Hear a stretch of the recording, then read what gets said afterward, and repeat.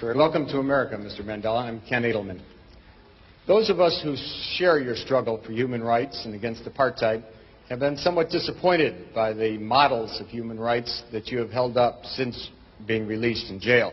You've met over the last 6 months 3 times with Yasser Arafat, who you have praised. You have told Gaddafi that you share the view and applaud him on his record of human rights and his drive for freedom and peace around the world.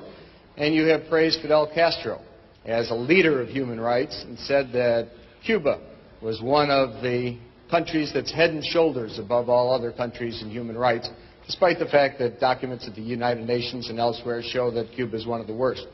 I was just wondering, are these your models of leaders of human rights? And if so, would you want a Gaddafi or an Arafat or a Castro to be a future president of South Africa?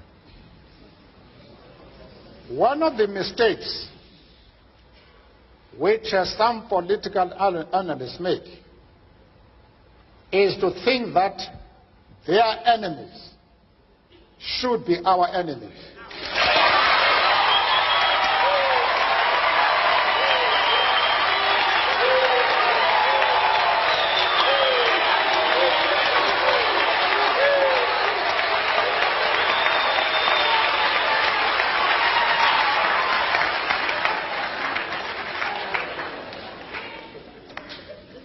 That we can and we will never do. We have our own struggle which we are conducting. We are grateful to the world for supporting our struggle. But nevertheless, we are an independent organization with its own policy.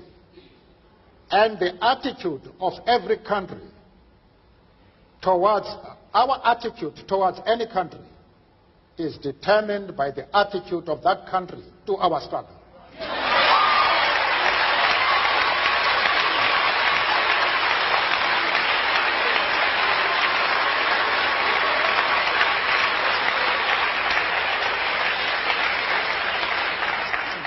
Yasser Arafat,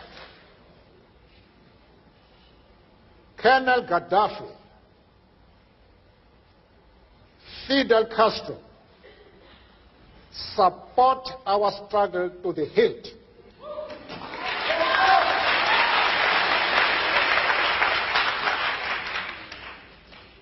There is no reason whatsoever why we should have any hesitation about hailing their commitment to human rights as they are being demanded in South Africa. Our attitude is based solely on the fact that they fully support the anti-apartheid struggle. They do not support it only in rhetoric. They are placing resources at our disposal for us to win the fight.